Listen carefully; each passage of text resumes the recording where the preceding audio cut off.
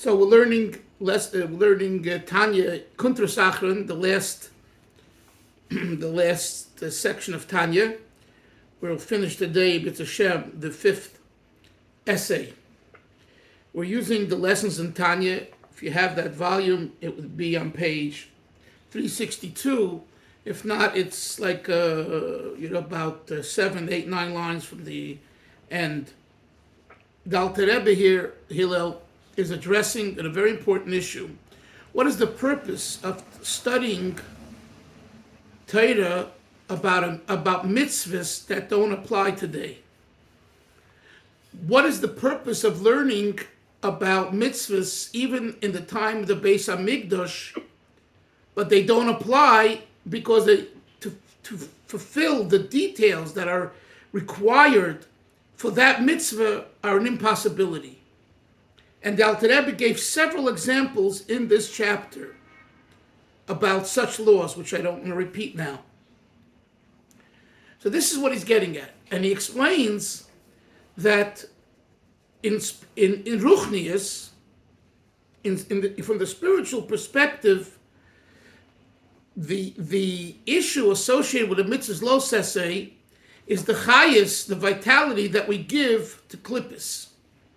And Alter Rebbe used the wording in yesterday's shir that we learned. It's a metzius. It's an existence, which opens up for us this entire insight into the idea that Ruchnius is a metzius. Just for a moment, I want to talk about that. We are used to considering a metzius, an existence, something that's tangible with the 5 senses, smelling it, tasting it, etc., etc. Something that transcends the 5 senses. The average person will say it doesn't exist, it's non-existent. When you learn Kabbalah and you learn Chassidus, you see specifically that this is not so. And I say specifically, good morning, Moshe. I say specifically Kabbalah and Chassidus, because the Gemara and Halacha talks about tangible things. The whole Geder, the whole institution of Halacha is Gashmius. Halacha is not about ethereal, mystical ideas and realities and experiences. It's not. It might mention something here and something there, and it does. But halacha is halacha. It's very, very grounded in the real world as we relate to with our 5 senses. Yes, in the Gemara you have Guzmois de Rabbah, for example, which is called the exaggerations of Rabbah, or here we brought in this essay the issues of Rabbi Yirmiyah, which is also never really happened, but it's discussed in the Gemara. But the focal point of Gemara, Talmud, is Metzius Gashmius. When you start learning Kabbalah, or even if you don't learn Kabbalah and you learn Chassidus, and whatever Chassidus you learn,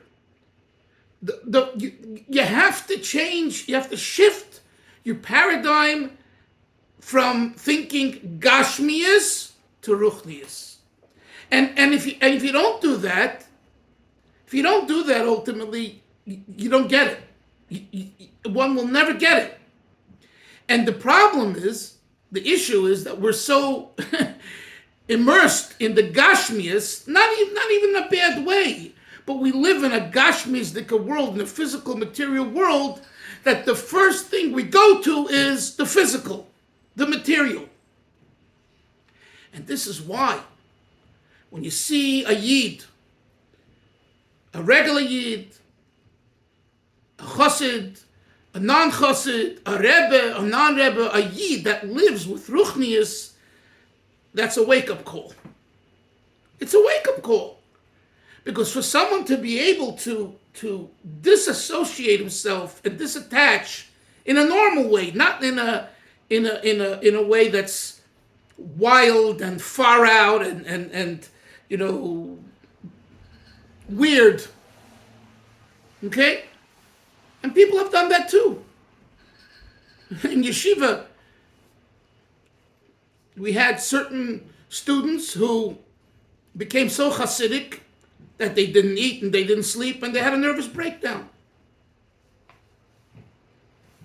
And don't think that it's just when I was in yeshiva 40 years ago. It happens today too.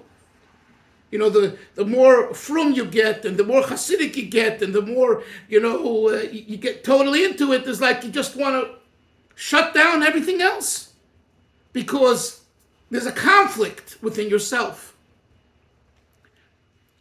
A person that has a good basis, a good base, a good foundation knows that that's not a kunz. That's a Yiddish word. That's not a trick. That's not a big deal. That's not a big deal. To be able to be separated from the world and to say, ha ha ha, I have no urge for a woman. I have no urge for food. I have no urge for honor.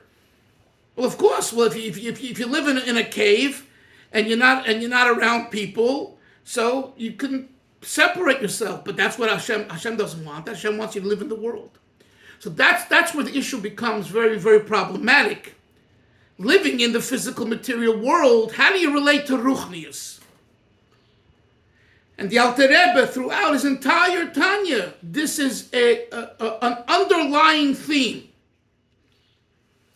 They say the story there was a Goyin. His name was Reb Shimon Engel. He came from a city called Zelchachov. And he's called Reb Shimon Zelchachover. He lived in the 1920s, 30s, pre-war. And I think he was a Gur Chassid, Amshinov, Alexander. He was from that Kav, that dynasty orientation. But he was a genius. As a genius, he learned everything, and he learned Tanya as well. So when he came across chapter 28, and Alter Rebbe says, "Al tihi shaita, don't be a fool, a shaita, to try to elevate foreign, strange, sexual thoughts." Okay, that's in chapter 28. I don't want to go into it now. We spoke a lot about it, right?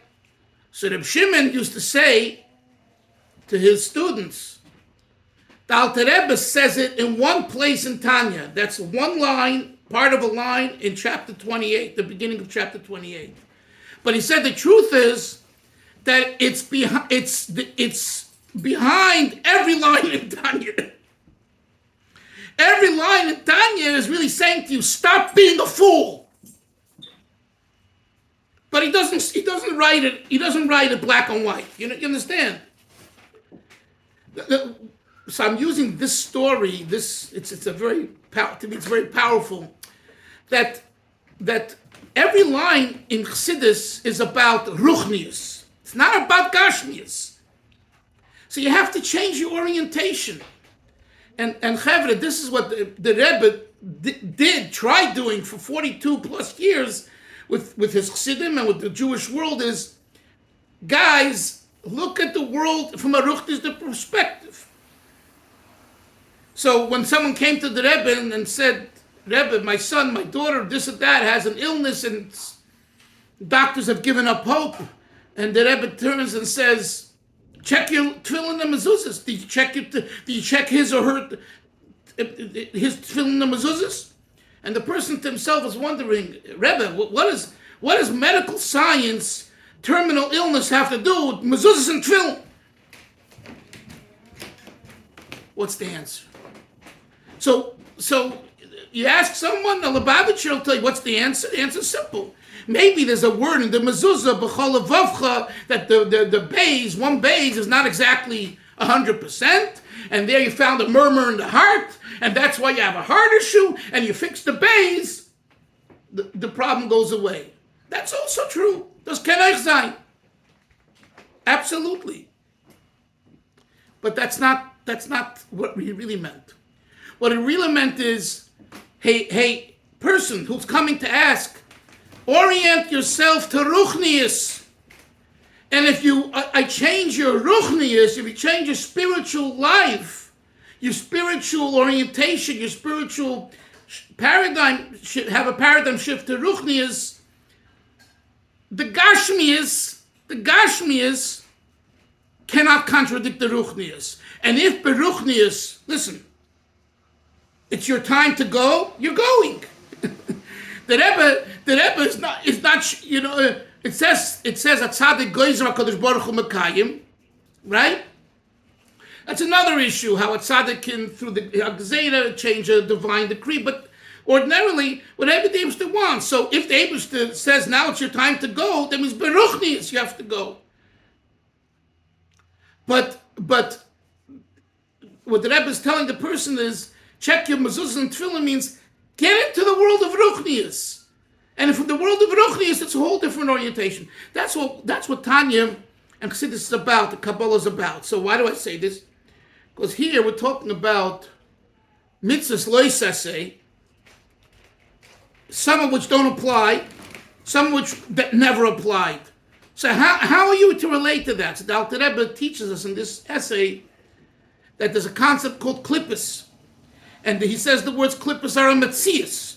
In other words, you know what this means?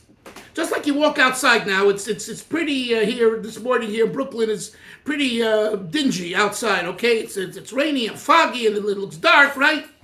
Just like that's a metzias. I'm looking at it, right? That's a metzias. The klippus that exist and unfortunately we create through our behavior, etc., are just as much of a metzias. But you can't see it. So what did the Rebbe say? Open your eyes and you'll see. What he means, open your eyes? In other words, make your eyes ruchnius. There's so much that can be said about this, and just repeating it again and again won't make it clearer. It's very simple, and that's what we're learning here. So now the Alter Rebbe will conclude this essay 5 with another. Yes. I'd like to just amend that. Say today that we want to do is set Ruchnius as our default browser. Oh, very good. I like that. Very good. So let's go. Page.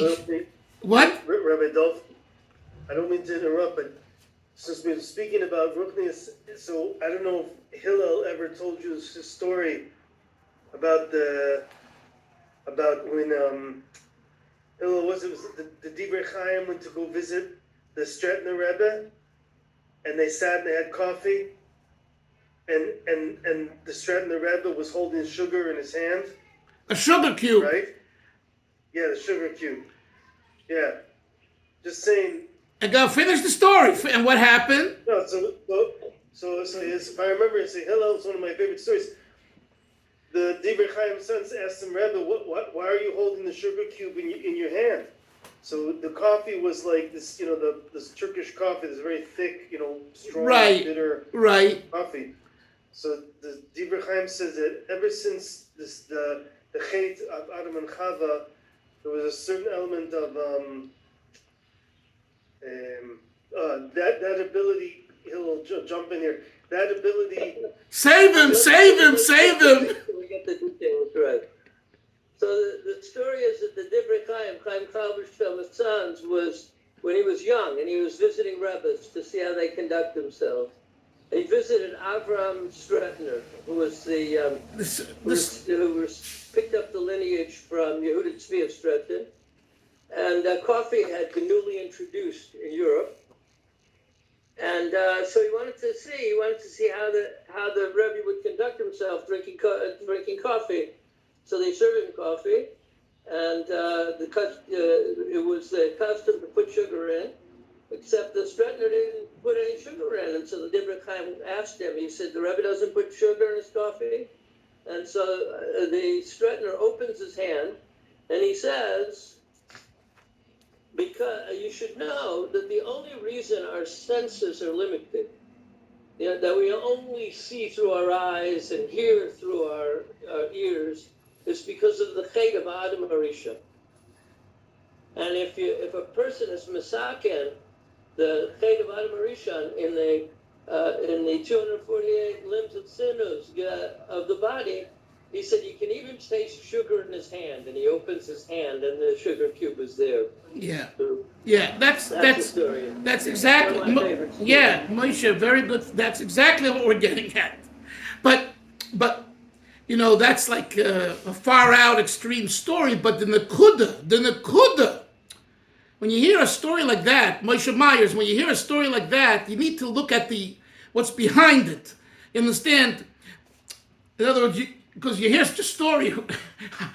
If I want to taste sugar in my coffee, I got to put sugar in my coffee, right? But it's the nakuda. In other words, okay, put your sugar in the coffee. The question is, how are you going to drink the coffee? What are you going to think about with the coffee? And are you going to say, oh, it's delicious? Or are you going to say, the Dvar Hashem, Baruch Ata Hashem Elokeinu Melech Haolam Shehakol Niya B'Dvarei. That's delicious. You understand? So every story and every idea, you have to break it down to the nakuda, to the foundation, to the ingredients, and that's where you find what's the message. So over here in Tanya, let's continue now. The Alter Rebbe explains this idea. He's also going to talk about a very important idea, which is the idea of Gilgul, and this is relevant to all of us. How many times we've been here, how many times we have to come here, and what we need to do to finish the job.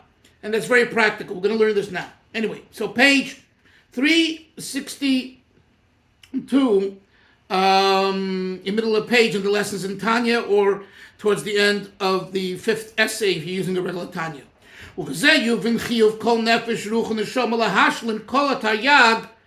this will explain why every soul, spirit, and soul, every person has to complete all the 613 mitzvahs. B'machshava, you hear this chevra, in thought, dibur, speech, u'maisen, action, shehein protei halachas, which boil down to the details of the laws, v'tzrichas lavoi begilgul. And one must come in reincarnation. One must be reincarnated over and over. Lahashlim haTorah b'pshat remesh drus soid. Now you hang this up in Panovich, or Mir, or Lakewood, or Chabad. You don't learn all 4 sections. You don't learn the Torah. You got to come back again. So if you say, oh, only I'm going to learn Gemara, well, my friend, you didn't learn Kabbalah and Chassidus. You only learn Kabbalah and Chassidus, you didn't learn the Gemara, you got to come back for the Gemara. So we have to, according to the Arizal, according to the Zohar HaKadosh, our neshama needs wholesomeness. And that too makes a lot of sense. We want to be wholesome. Why? Because Hashem wants us to be wholesome. Hashem doesn't want to have, God forbid, someone missing an arm or a foot spiritually. You learn only Kabbalah and Chassidus, you don't learn the Gemara, you're missing a great part. You learn only Gemara, you don't learn Kabbalah and Chassidus, you're missing a great part. Now, and the argument that, okay, I'll learn Kabbalah and Chassidus the next time around. Don't wait for the next time around. Because the next time around, maybe will be... How do you know this time isn't the next time already? Oh, how do you know? For that, you need to smell the coffee, sir. For that, you need to work hard. And 1 second. And pick up the nuances. And remember that Rashab says in Kuntres chapter 2, I believe, things that come difficult for you in your life and they repeat themselves, that's your message. That's your mission. That's what's going on. Yes, Hillel. So I just want to share 2 great questions that came up in regarding to this whole subject of Gilgulim in learning with my grandson. So the first thing he asked was, if a neshama is galgal into a rock, how do they ever get out? So we can understand the concept of incarnating to a living thing, and when it's no longer living, then it's always, okay, how does it ever escape a rock? That was the first question. And the second, he said, how do we deal with cellular death? He's very scientifically oriented. How do we deal with cellular death. If the soul is nisgalgel into all of the cells, and cells are constantly being born and dying in the body, how do we understand the relationship between the neshama and the cell? I couldn't answer. It's beyond my pay grade, but I thought I'd pose these. How old is he? He's 14. 14. So I think you should give him a book that I wrote called Neshama Stories, which was edited by a Boston, probably Harvard or whatever, MIT, very educated woman. And over there, I discussed the concepts and with stories about Gilgulim. I believe if that's his orientation, that's what his mind is like. I think, again, if his English is well enough, he would appreciate it. But Very high level. okay, great. That's great. The second question is a new one in the world that we're in right now. So that I didn't write about, and that I need to think about, and not for now. But the first question is answerable because it says in Kabbalah, it brought in Chassidus, and the answer basically is he's right. When a neshama's nesgalgul is reincarnated into a rock, it on its own cannot get out, and that's part of the pain. That's part of the pain and punishment. But we can release it. When we go to that rock and we sit on the rock, or we hold the rock and we make a bracha, we say a good word, or we do something with ammunition. There's a war. You have a chiyuv to kill the enemy, to protect yourself and all that. That gun, that rifle, that missile is, if there's a neshama in there, excuse me, it gets extracted and it gets taken by someone in Gaza now using it to shoot. How do you like that? Okay. Because it's being used for a mitzvah. And that's the answer to his question. And that's why we have all the stories of the Baal Shem Tov. He went to the water and he said stop and went into the water and made a bracha, all those ideas. But tell him in my name, please, that it's an excellent question. It's discussed in the writings of Kabbalah, especially Kisvi Arizal. And if he reads this, I think he'll have food for thought. But as far as the second issue, as far as the second issue, we'll leave it for another time. Once if I can formulate it, I'm not in that sugya now. Right now, I'm writing about the Rebbe's secretaries and the Rebbe's aides. I'm in a different world. But if I can get some time, okay, let's continue. So he says here that the idea is to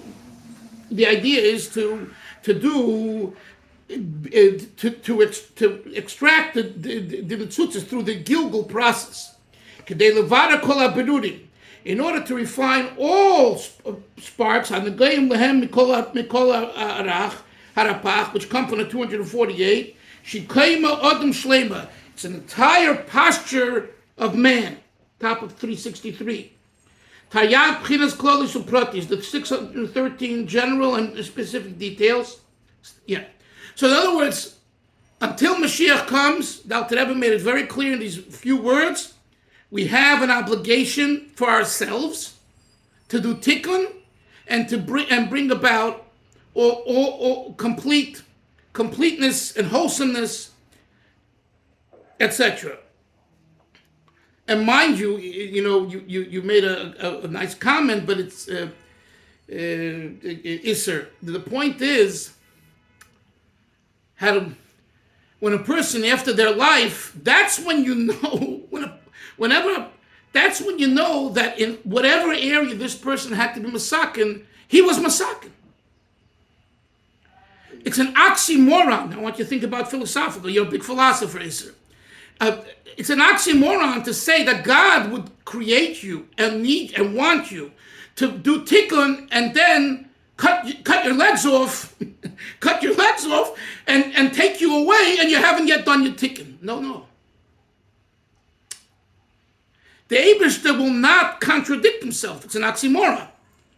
So My comment was more as an excuse that people make. Yeah. They say next time. Next time. Yeah. Next time. Yeah, next time.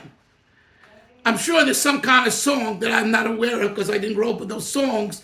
Next time. Yeah, next time. Let's go on. Havelos said lovey. But when Mashiach comes, when everything will be already refined, you hear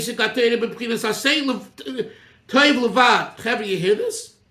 The Alter Rebbe says when Mashiach will come, our occupation, our involvement of learning Torah will be only, he says levad, only with studying Torah about the mitzvahs aseh. Because the mitzvahs lo saseh are associated with klippa. And klippa will be eradicated during Mashiach's time. So why study about something that's not relevant? There's no more klippas.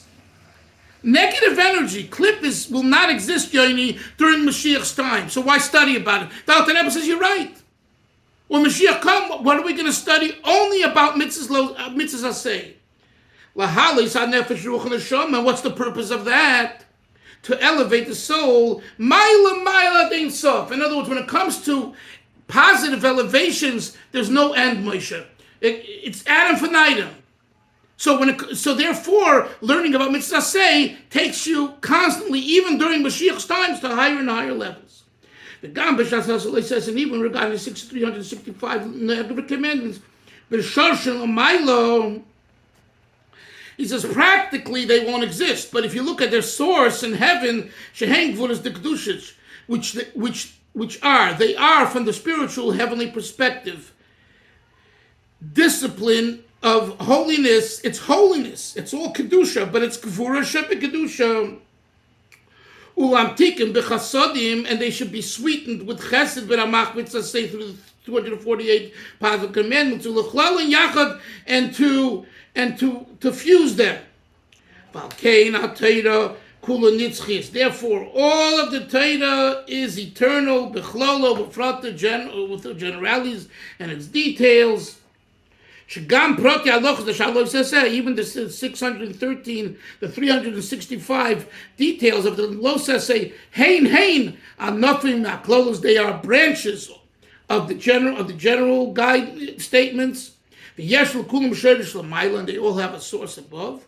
The hey gevuras the kedusha. Remember on Hoshana Rabbah, we're banging, right, to sweeten the gevuras. Similar to the 365 negative commands as they are above in heaven. The Kabbalistic concept, which is like the blood that animates the organs of the vessels of Zoh. Chavra, we'll continue tomorrow. Mitzvah Shem, next chapter. One comment and one question before we go. Yes. The Hegburos are mentioned in this morning's Tanya in terms of the Manspach final letters of feet. Yes. And you could just quickly review the number Harafach 288. I just forget where that number comes from. We said Rafach Shu Komas Adam Shlema. There's 204. There's 200 or Rapach. 88. Right. There's Ramache Vorim v'Shasa Gidim. 248 and 365. That's a change. The number is Rafach 288. Fulfilling the Torah in all the four dimensions, but then all of them are Shehu Komas Adam Shlema Tarya Bechinos Haklalios Upratios. Yeah. So your question is about how do we have the figure of 288? 288. Yeah. Let me think about that. Okay. That's fine. Let me think about it. You said it's brought in today's shir as well. Now, I think, yeah. Just now, we just had it. Okay, let me look into it. I hope I can give you an answer tomorrow. Sei gesund. Have a great day, everybody. Take care. Thank you very much. Bye. Good day.